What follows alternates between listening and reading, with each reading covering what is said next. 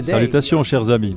Aujourd'hui, nous poursuivons l'histoire étonnante de la façon dont Dieu a œuvré par l'intermédiaire du réformateur Martin Luther pour attirer l'attention des gens sur les vérités de sa parole.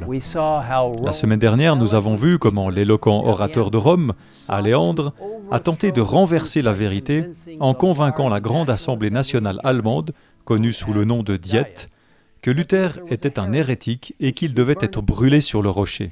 Il y a, dit-il, dans les erreurs de Luther, de quoi faire brûler 100 000 hérétiques. Bien que le discours du légat du pape ait semblé en toucher plusieurs, Dieu agissait également dans cette importante assemblée, car l'un des nobles, le duc Georges de Saxe, se leva et avec une noble fermeté souligna combien le peuple souffrait à cause des abus de l'Église romaine. Cela prépara l'Assemblée à entendre le discours de Luther. Ellen White décrit la scène comme suit. Luther était enfin devant la Diète où l'empereur occupait le trône, entouré des personnages les plus illustres de l'Empire. Jamais homme n'avait comparu devant plus imposante assemblée. En présence de cette assemblée de rois et de princes, le fils du mineur de Mansfeld se sentit ému et intimidé.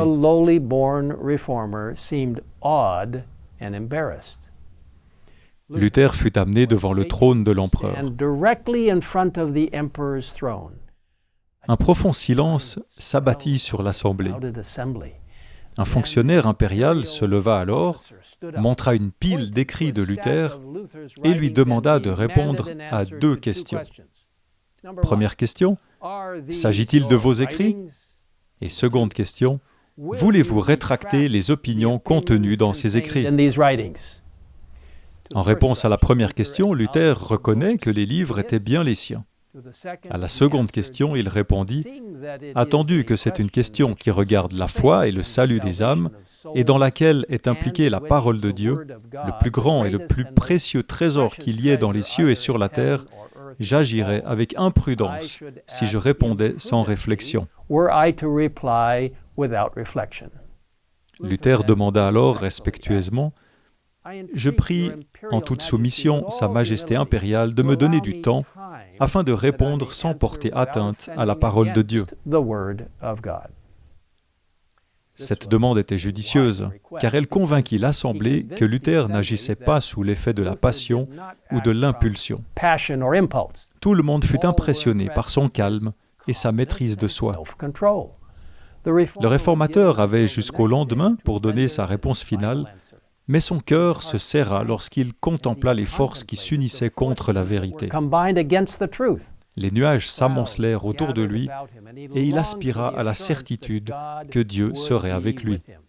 Cette nuit-là, dans l'angoisse, il déversa son cœur entre les mains du Seigneur, implorant son aide et sa présence divine. « Tiens-toi à moi, à côté de moi, » pria-t-il, « pour le nom de Jésus-Christ, ton Fils bien-aimé, ma défense, mon bouclier et ma forteresse. » Dieu avait permis à Luther de se rendre compte que la tâche était trop grande pour lui et que son seul secours venait d'en haut. Dans son impuissance totale, la foi de Luther s'est concentrée sur le Christ, le puissant libérateur.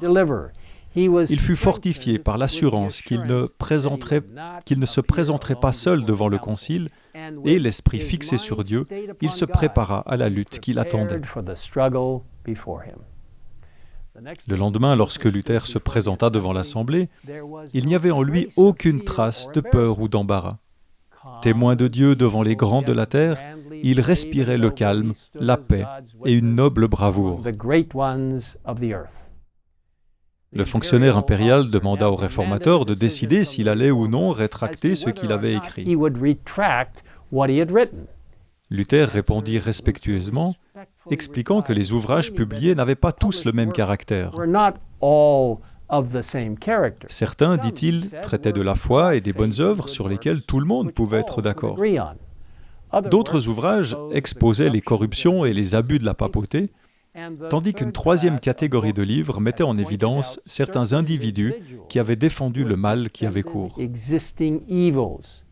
Se référant à cette troisième catégorie, Luther confessa qu'il avait été plus direct qu'il n'aurait dû l'être, et il dit « Je suis un simple homme et non pas Dieu ». Il invita ensuite tout le monde à lui montrer, à partir des Écritures, en quoi ses enseignements étaient erronés, et il s'engagea en disant « Je rétracterai aussitôt toutes mes erreurs et serai le premier à saisir mes écrits, à les jeter dans les flammes. » L'exposé de Luther avait été fait en allemand, mais on lui demanda de le répéter en latin. Bien qu'épuisé, il présenta à nouveau son exposé. Il nous dit que cette circonstance était voulue de Dieu. Les princes étaient tellement aveuglés par les préjugés qu'ils n'avaient pu, à la première audition, saisir le puissant raisonnement de Luther. Le deuxième leur permit de le bien comprendre. Si certains voyaient désormais clair, d'autres s'obstinaient à fermer les yeux sur la lumière, bien déterminés à ne pas se laisser convaincre par la vérité. Furieux, le porte-parole de la Diète s'écria « Vous n'avez pas répondu à la question qu'on vous a faite.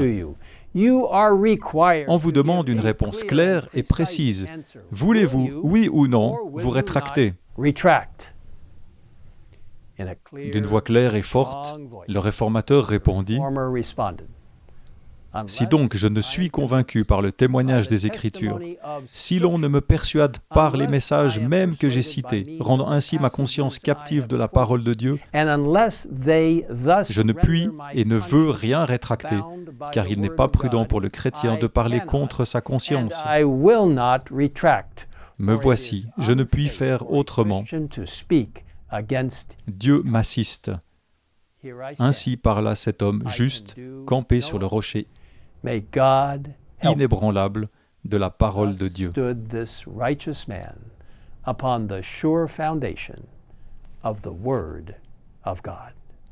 Aujourd'hui, mes amis, est-ce que moi, je m'appuie sur le fondement sûr de la parole de Dieu?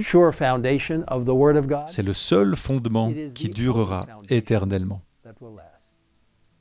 Comme Jésus l'a expliqué dans son magnifique sermon sur la montagne, c'est pourquoi toute personne qui entend ces paroles que je dis et les met en pratique, je la comparerai à un homme prudent qui a construit sa maison sur le rocher. La pluie est tombée, les torrents sont venus, les vents ont soufflé et se sont déchaînés contre cette maison, et elle ne s'est pas écroulée parce qu'elle était fondée sur le rocher.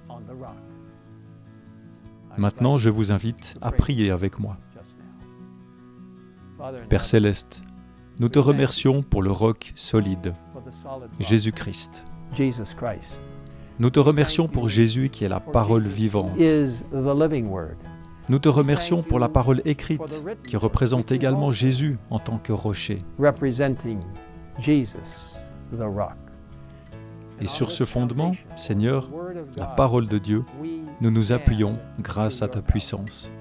Nous te demandons maintenant de nous aider, quelles que soient les circonstances auxquelles nous sommes confrontés, à nous tenir fermement sur ce solide fondement de la vérité biblique et à nous appuyer entièrement sur Jésus, car nous savons qu'il nous guidera. Merci de nous écouter dans cette prière. Nous te le demandons au nom de Jésus. Amen.